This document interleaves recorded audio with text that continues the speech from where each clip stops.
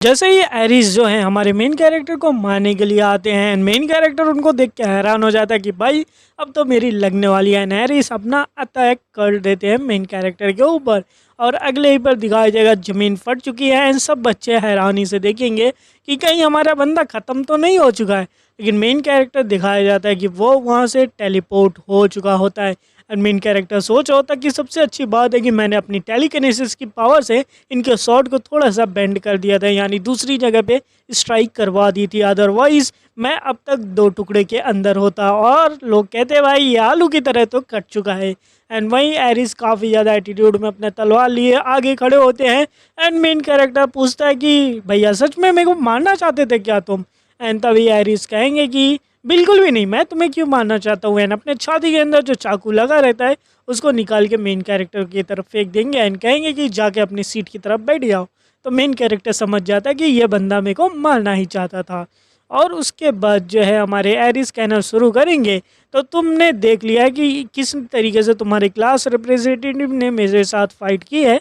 अब यार आप ये बताओ कि तुम्हें कैसा महसूस हुआ। तो हमारा मेन कैरेक्टर बताएगा कि अगर देखा जाए तो ये सबसे ज़्यादा कमज़ोर तरीका है फाइट करने का। तो हमारे एरिस सर पूछते हैं कि क्या कहने का मतलब है। तो मेन कैरेक्टर बता रहा होता कि देखिए आप जो है माना यूज़ नहीं कर रहे थे और मेरे को माना यूज़ करने का बोला था। तो इस तरीके से अगर फाइट की जाए तो एक बंदा जो है वीकर है और दूसरा जो है स्ट्रॉन्गर है। तो ये सीधी सी बात है, यहाँ पे स्ट्रॉन्गर वाला जीतेगा जो कि माना का पावर का यूज़ कर रहा है।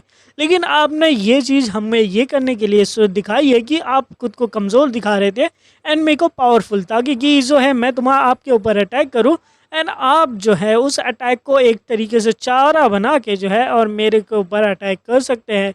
और इसी वजह से तो मतलब आपने ये सब कुछ किया था कि हमें ये सीख मिले कि इन द फाइट के अंदर जो है कोई भी कम ज़्यादा नहीं होता है। बस बात ये कि तुम अपने आप को खुद कुर्बान करके दूसरे को मार सकते हो तो तुम ही जीतोगे। मेन कैरेक्टर सोच रहा था अगर देखा जाए तो फाइनल ब्लो जो मैं दिया था इनको, तो ये उसको डॉज भी कर सकते थे, लेकिन इनका मेरा जो चाकू है वो अपने छाती के ऊपर डायरेक्टली लिया था, ऐसा कि जैसा कि इन्होंने प्लान किया था। तभी हमारे हरीश सर कहेंगे करेक्ट बोला बच्चे तूने। जैसा कि तुम्हें पता है इंसानों के जो दुनिया है वहाँ भी काफ़ी ज़्यादा लोग छल और कपट से रहते हैं, काफ़ी ज़्यादा पावरफुल भी हैं। और ऐसा तो है नहीं कि हम डायमेंशन को ईजिली तरीके से हरा सकते हैं। तो इसलिए सबसे बेस्ट तरीका है कि हम उनको ऐसा एहसास दिलाएं कि वो ज़्यादा पावरफुल है एंड अपना जो वो पावर है उसको थोड़ा कम कर ले और अपनी एक ओपनिंग छोड़ दे, जिसकी वजह से उनका गार्ड जब लो होगा तब हम लोग तब उनके ऊपर स्ट्राइक करेंगे जब वो कभी भी एक्सपेक्ट नहीं कर सकते थे। और यहाँ पे नोबल स्वॉर्डमैनशिप की हमारे क्लास के अंदर कोई भी नाम नहीं है, यहाँ पे कोई भी चीज़ नोबल नहीं है, बस यहाँ पे है मरो या जीतो। तो बस एक ही बात है कि यहाँ पे आपको स्वॉर्डमैनशिप सीखनी है, एक ऐसी स्वॉर्डमैनशिप जिससे तुम जीत सकते हो। स्वॉर्डमैनशिप जो है काफ़ी ज़्यादा बेहतरीन होती है। इसमें कह सकते हैं कि एक ऐसा वेपन हम लोग चूज़ करते हैं जो कि काफ़ी ज़्यादा यूज़फुल होता है। और इसके साथ तुम लोग बाकी के वेपन्स के बारे में अपने वेपन क्लास में पढ़ोगे। अब मेन कैरेक्टर सोच रहा होता है कि तो इनका कहने का मतलब है कि हमें बस जीतना है, चाहे हम लोग मर भी जाए फिर भी हमें जीत के आना है। तो हमारा जो मिड टर्म आने वाला है तो शायद से हमें इसलिए तैयारी की जा रही क्योंकि शायद हमें रॉयल एकेडमी के साथ जो है फाइट करनी पड़े। और यहाँ पे एक जासूस भी है ह्यूमन वर्ल्ड से जो कि यहाँ की सारी इन्फॉर्मेशन जो है बता रहा होगा एंड एग्ज़ाम के सारे कंटेंट भी बता रहा होगा, मतलब रॉयल एकेडमी के अंदर। और नोवेल के अंदर भी शैतान के कई सारे कैडेट ने यहाँ पे सफ़र किया था और रॉयल एकेडमी के जो कैडेट थे वो पूरी तरीके से फाइन थे। तो एरिस ने ज़रूर से उस स्पाई के बारे में जानता होगा, लेकिन दिक्कत ये है कि मेरे को जो है रियल स्पाई के बारे में जानना है क्योंकि एरिस को तो मेरे ऊपर ही शक है। और इसी के साथ हमारे एरिस सर कहेंगे अब तुम सभी लोग वापस जा सकते हो, ये काफ़ी ज़्यादा हो चुकी है क्लास हुआ। तो मेन कैरेक्टर सोच रहा होता कि अब ये फाइनली मेरा टाइम है, मेरे को अपना नाम क्लियर करना पड़ेगा। तो सब जाने लगेंगे, मेन कैरेक्टर वहीं खड़ा रहता है ताकि एरिस से बात कर पाए। तभी हमारे एरिस सर पूछ लेंगे कि ये बताओ तुम वापस क्यों नहीं जा रहे हो, अभी भी तुम क्या उदास हो पिछली बार से? तो मेन कैरेक्टर कह रहा होता नहीं सर मैं उदास नहीं हूँ। तो एरिस कहेंगे तो जाओ ना, मेरे यहाँ पे खड़े होने से कुछ भी नहीं होगा। मेन कैरेक्टर सोच रहा था कि एरिस मेरे को कुछ तो कहना है इनसे, लेकिन मैं कैसे ही कहूँ, कुछ कह ही नहीं सकते और ये बातें नहीं हो पाती है।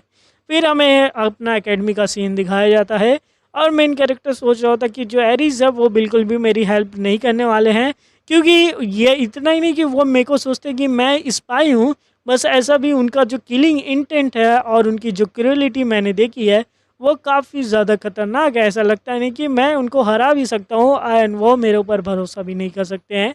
और मैं जो हूँ उनके ऊपर गिव अप तो कर नहीं सकता, फिर भी मेरे को कुछ तो करना पड़ेगा ताकि कि मैं जो इंसानों का स्पाई यहाँ पे छुपा है उसके बारे में पता कर पाऊँ। अदरवाइज़ यहाँ पे जो है जो भी कांड होने वाला है, इतना कांड जो है 7 डेडली सिन भी इसमें सर्वाइव नहीं होंगे।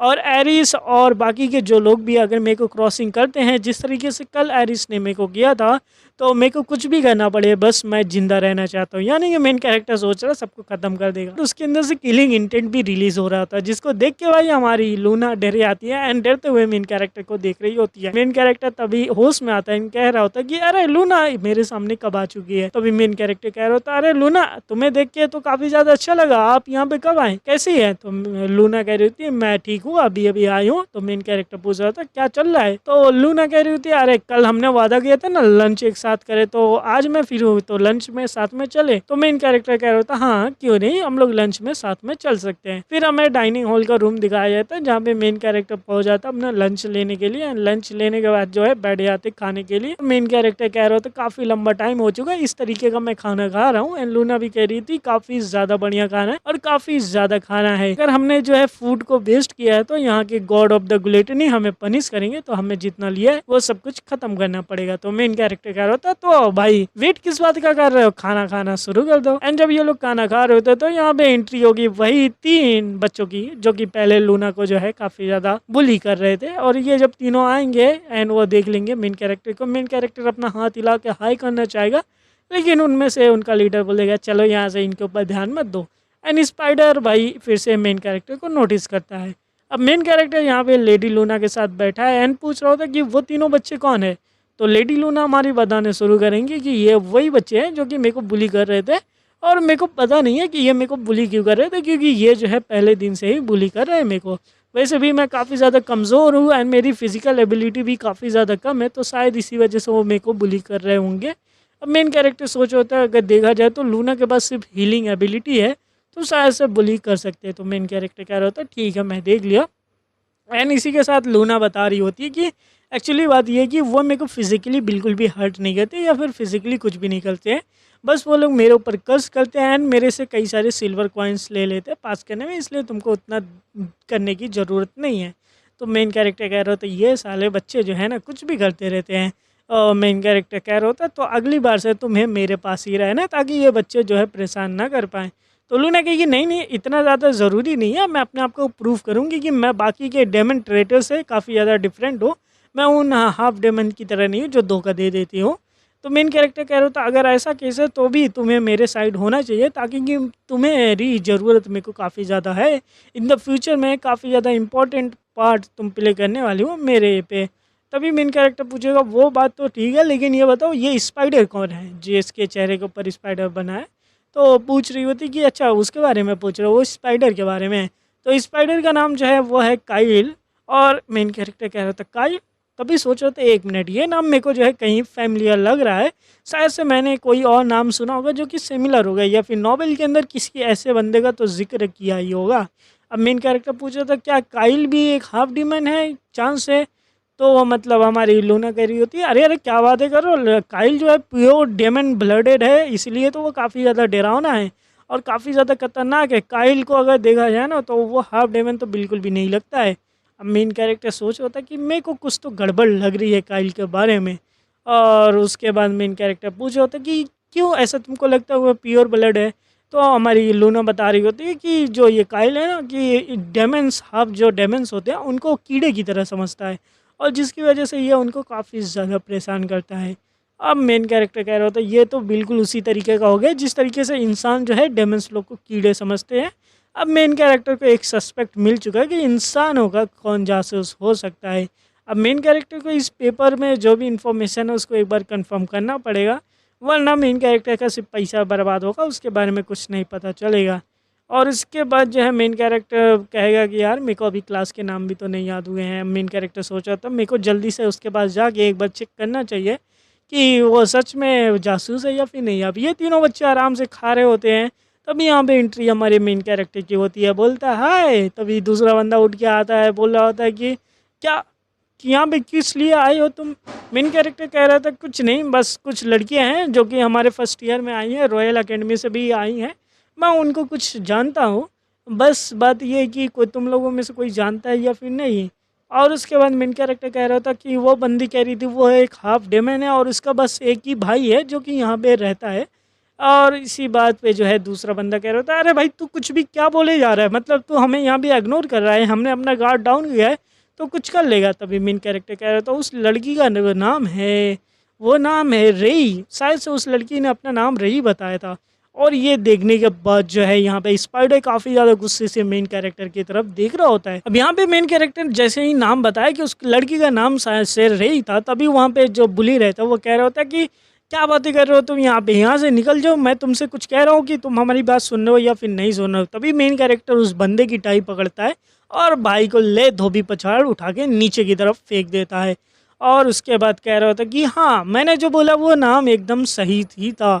एंड वो बंदा भाई नीचे उसका सर फूट चुका है एंड रो रहा है। एंड मेन कैरेक्टर भाई स्पाइडर को उकसाने की कोशिश कर रहा है कि उकसा जा भाई, आ जा चाल के अंदर, लेकिन स्पाइडर वहाँ से सीधा उठता है एंड वहाँ से जाने लगता है।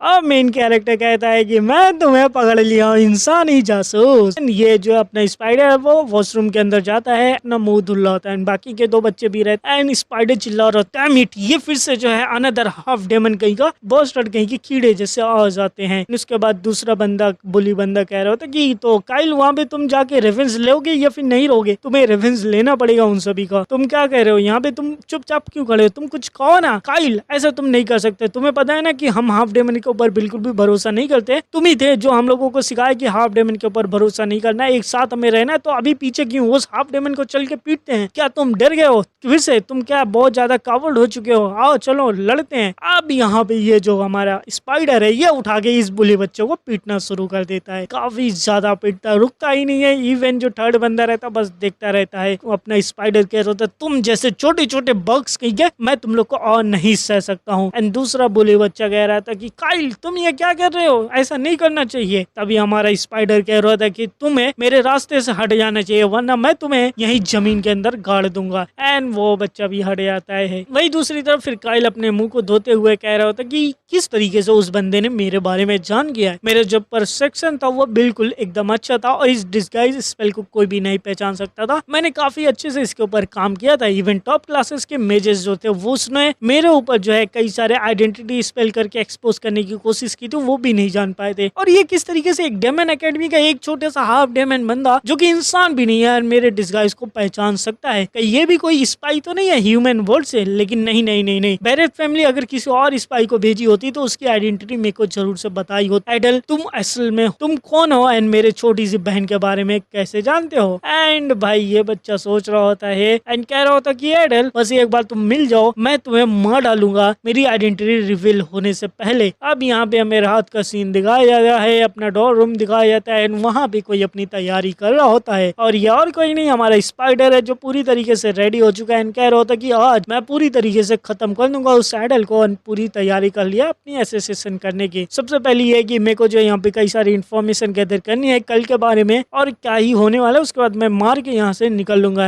असल बात ये कि मेरी आइडेंटिटी एडल ने जान ली है तो मेरे को जल्दी से मार के अब यहाँ से निकलना पड़ेगा। और ये सब ये रिकॉर्ड कर रहा होता है एक चिट्ठी के अंदर। लेकिन तभी यहाँ पे हमारा मेन कैरेक्टर एंट्री मार देता है, दरवाजा खोलता है एंड तभी पीछे हमारा मुड़ के देखते है स्पाइडर की ये कौन आ चुका है। एंड तभी मेन कैरेक्टर कह रहा होता है चलो अच्छी बात है मैं यहाँ पे लेट नहीं हुआ हूँ। एंड स्पाइडर कह रहा होता है एक मिनट, तुमने ये जगह को किस तरीके से खोज लिया है, तुम्हें कैसे पता इस जगह के बारे में। तभी मेन कैरेक्टर कहता है गुड इवनिंग माय दोस्त, यहाँ पे मैं आया हूँ तुम्हारे लिए, आलू खाओगे। तभी हमारा स्पाइडर कहता है कि क्या कह रहे हो आलू खाओगे, यहाँ पे इवनिंग में अंदर कौन सा गुड है एंड यहाँ पे आलू कहाँ है। एंड अटैक कर देता है सीधा मेन कैरेक्टर की तरफ। तभी मेन कैरेक्टर कह रहा था क्या कह रहे हो तुम, है तुम यहाँ पे देख नहीं रहे हो कितनी अच्छी गुड इवनिंग है। एंड तभी मेन कैरेक्टर के ऊपर और भी कई सारे अटैक्स करता है लेकिन मेन कैरेक्टर उन सभी अटैक को डॉज करता है। और भाई अब यहाँ पे स्पाइडर ने अपनी कई सारी अलग पावर को जगाना शुरू कर दिया एंड वहां से इलेक्ट्रिक बोल्ट का यूज करता है। मेन कैरेक्टर देख के कह रहे हो तो ओ सेकंड सर्कल का इलेक्ट्रिक बोल्ट का नाम का अटैक कर रहे हो, काफी ज्यादा पावरफुल हो और ऐसा लग रहा है कि अब तुम अपनी आइडेंटिटी को हाइड करने की कोशिश नहीं कर रहे हो, क्योंकि तुम जो है अगर इस तरीके का सर्कल का यूज कर रहे हो मतलब कि तुम एक हाफ डेमन हो और तुम्हारा अपीयरेंस को भी अब तुमने फेक किया तो वो भी धीरे धीरे टूट रहा है। एंड तभी हमारा स्पाइडर का बिल्कुल हाँ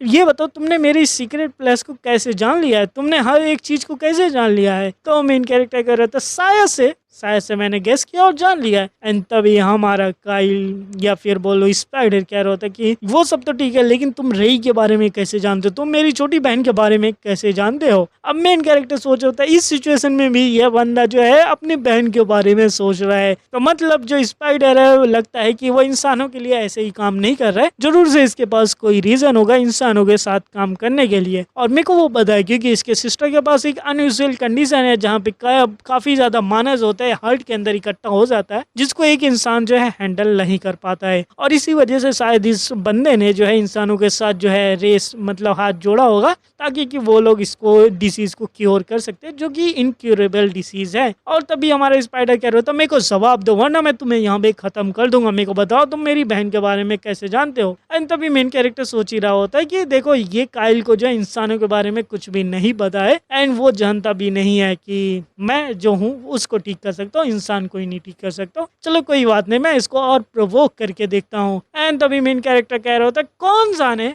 मैं कैसे जानता हूँ इसके बारे में, कौन ही जानता है। वैसे भी मैंने आज तक तुम्हारे सिस्टर से कभी भी इन द पर्सन मिला नहीं है, लेकिन फिर भी मैं तुम्हें बता दूं कि वो काफी ज्यादा डर रही थी, काफी ज्यादा दर्द के अंदर थी, उसकी स्माइल काफी ज्यादा खूबसूरत थी। और अगर देखा जाए तो वो काफी ज्यादा खूबसूरत थी कि उसकी स्माइल मैं तोड़ना चाहता था। ये देख के भाई अपना जो स्पाइडर और भी ज्यादा गुस्सा हो जाता कि उसकी बहन के बारे में कैसे कुछ बोलता है सन ऑफ ए, एंड सीधा अटैक करने के लिए आगे बढ़ जाता है। वही हमारा मेन कैरेक्टर भी लाइक ओहो तुम एक स्पाई होके भी इस तरीके से बात कर रहे हो, तुम तो एकदम बिल्कुल सेरेब्रस बास्टर्ड की तरह हो चुके हो। एंड तभी हमारा स्पाइडर कह रहा था चुप हो जाओ, अब तुम बहुत ज्यादा नहीं बोल सकते हो, मैं इस बात का जरूर से करूंगा कि तुम यहाँ पे मर जाओ, वरना मैं मरने से पहले तुम्हें यहाँ पे खत्म कर दूंगा। मेन कैरेक्टर भी लिख चलो अच्छी बात है, ट्राई करो, अगर तुम ऐसा कर सकते हो तो मैं काफी ज्यादा खुश हो जाऊंगा। एंड वहीं पे वो अपने सबसे खतरनाक लाइटिंग बोल्ट का यूज करता है और मेन कैरेक्टर उसी एनर्जी बोल्ट के साथ जो अपने पोजीशन को स्वाइप कर लेता है, जिसकी वजह से लाइटिंग बोल्ट पीछे चला जाता है। एंड मेन कैरेक्टर उसके सामने ये देख के स्पाइडर की फट जाती कि एक मिनट ये बंदे ने अभी अभी टेलीपोर्ट किया है क्या। तभी कह रहा होता कि नहीं मैंने अपनी आंखों से देखा है, लेकिन मैं बिलीव नहीं कर सकते ये बंदा टेलीपोर्ट किया है। तभी मेन कैरेक्टर कह रहा था काफी ज्यादा क्लोज हो, तुमने अभी तक शायद अपनी इन्वेस्टिगेशन खत्म नहीं की है, तो इसलिए तुम्हें मेरे बारे में नहीं पता है। तो हमारा स्पाइडर पूछ रहा था कि तुम्हें हमारे सबकी आइडेंटिटी कैसे पता है।